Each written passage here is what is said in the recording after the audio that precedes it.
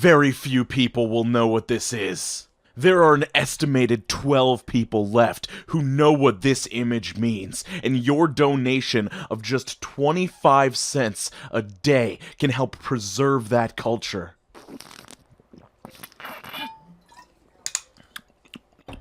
What's shaking, Hydration Nation? Welcome back to r/gatekeeping. We are going to look at some posts from the subreddit, and I also went on Twitter and found some gatekeepers over there, and it was so easy to find, like, really good gatekeeping content. So let's just get right into it. It's gonna be a cringe fest.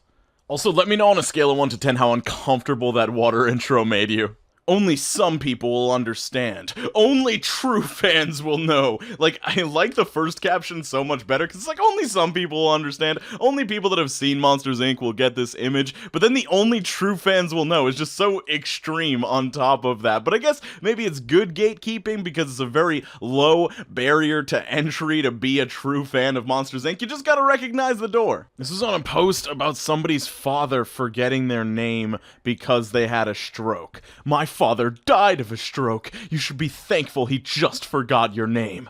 I'm sorry, but are you gatekeeping families of stroke victims? I mean, there's obviously a point here, like, you should be thankful that he's not dead. That's great, that's awesome. That would be much worse than this, but it doesn't make it any easier that he forgot your name. He's like, oh, hello, my son, Brajolo. My favorite thing to do when someone asks me to perform a simple task is to say no while doing it. This is disgusting. You're reducing the meaning of the word no, which is conducive to abuse and harassment. Stop this. My friend, hey, can you pass the salt? Me, passing the salt and having a nice time with a good friend. Haha, no, bleh. That anime guy from the meme looking at the butterfly who has suddenly burst into my house. Is this abuse? My favorite thing about this person is actively reducing the meanings of the words abuse and harassment, which is like laughing in the face of actual abuse and harassment victims. So you're like about 1,000,000 times more problematic than the person that you're calling out. Alright, let's take a look at one that I found in the wild on Twitter. If you lowball me because I'm an ebony dom, I will castrate you.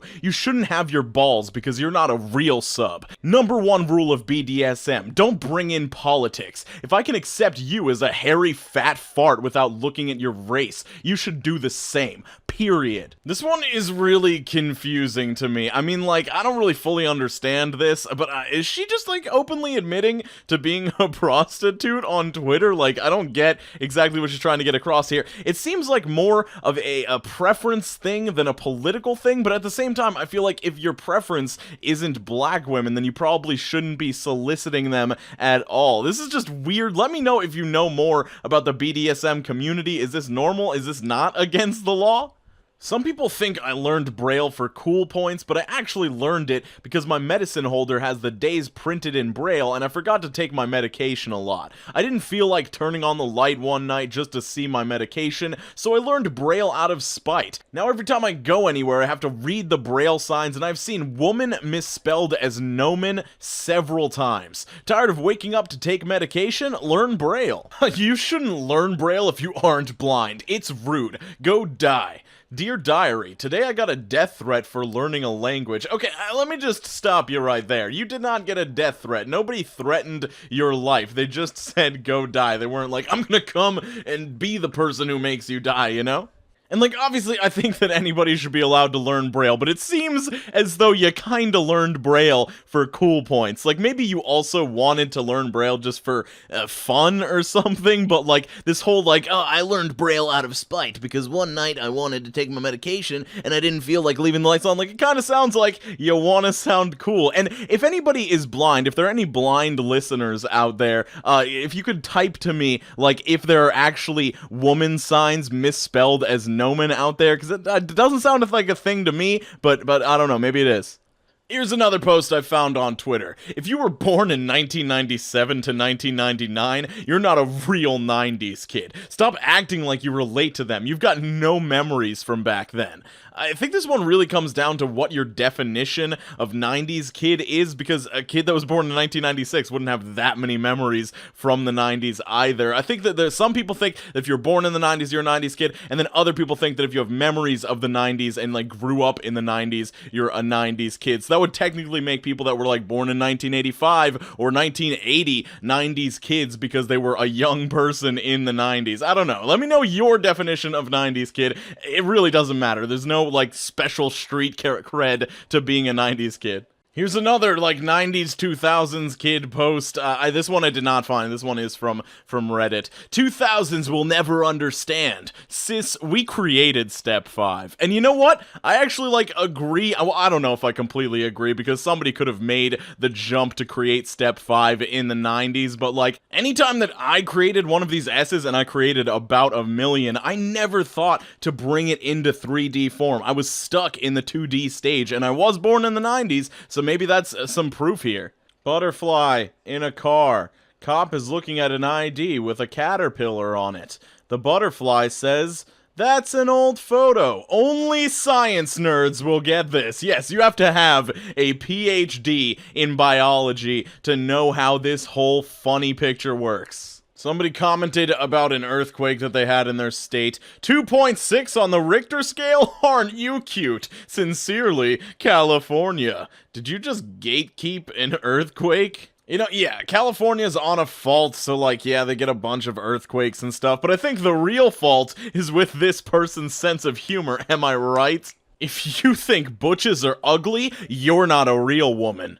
I mean, like, yeah, calling people ugly in general is kind of mean. It doesn't make you not a real woman. You can still be a woman if you think that somebody's ugly or you call them ugly. But there's nothing wrong with having a preference. Like, let's say you're a woman who likes women and you don't like butch women. You're not a problem. There's nothing wrong with you. You are okay. You're a valid human being. Here's blackest truth. You're not a real warrior until your black self acknowledges your comfort zone, also known as privilege. While we struggle, our struggle is not as dire as large swath of our black peoples. Everything I'm writing is purposeful. We must sacrifice for equality.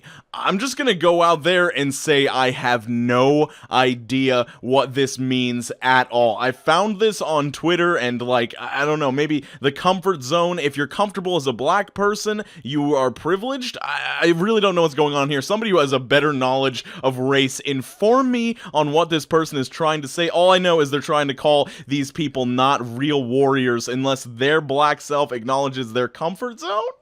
I'm sorry, but you're not a real chicken wing eater if you're worried about whether or not you have flats or drums. So if you have a preference on whether you have those little drumstick wings or the flat wings, you're not a real chicken wing eater, and this person is willing to cry over this.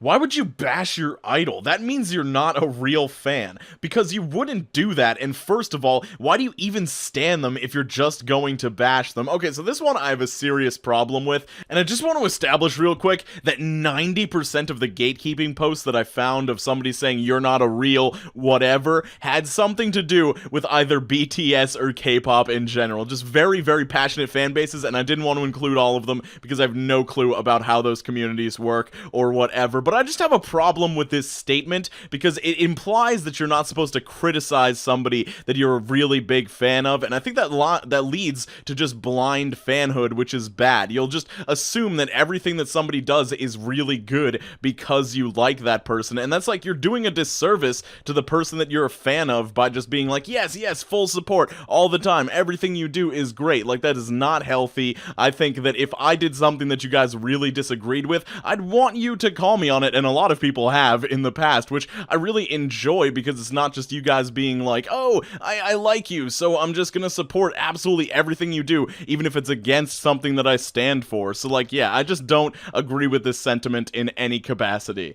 General practitioners are sometimes not equipped to deal with someone in the writhing and vomiting stage of pain. An urgent care clinic or something might be better in that circumstance. So stop being a wuss bag. I got my leg blown off in Afghanistan, and I wasn't writhing and vomiting. Sack up. Trauma and pain from illnesses are totally different things. Shut up.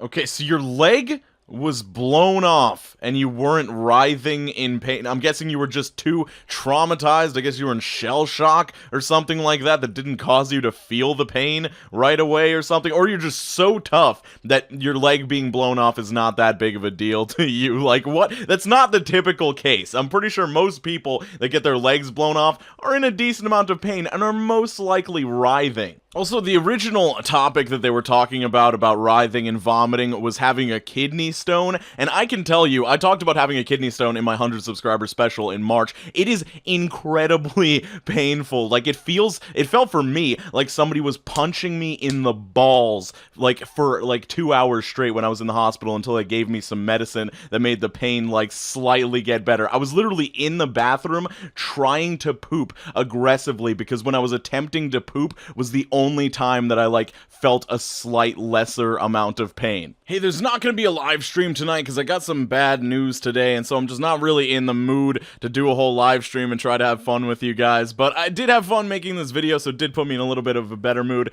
doing that. But follow me on Instagram if you're interested in that sort of thing. Also on Twitter, they're both at QStarVideos. You can hit me up at QSubmissions. No, it's QSubs@gmail.com, QUESUBS, if you want to submit a story. I now have an assistant that is helping me out. Assistant is kind of like a very official term, but it is what that is. That's helping me out looking through those posts, so I'm going to be trying to include more videos with submissions from you guys. So if there's any topic that you want to send me something about, like a story or a post, like text messages that you received, something like that, you can hit me up there. Also, those all things will be linked in the description down below. Also in the description will be the Amazon affiliate links for all of my equipment and stuff. And the cool thing about those is if you click on them and then you do other shopping on Amazon, I also get credit for that. So I hope you have an absolutely fantastic day. Skate on to the best of your abilities. Make sure you're sipping on that sweet life juice that is water, and I will see you very soon. Peace out, you lovely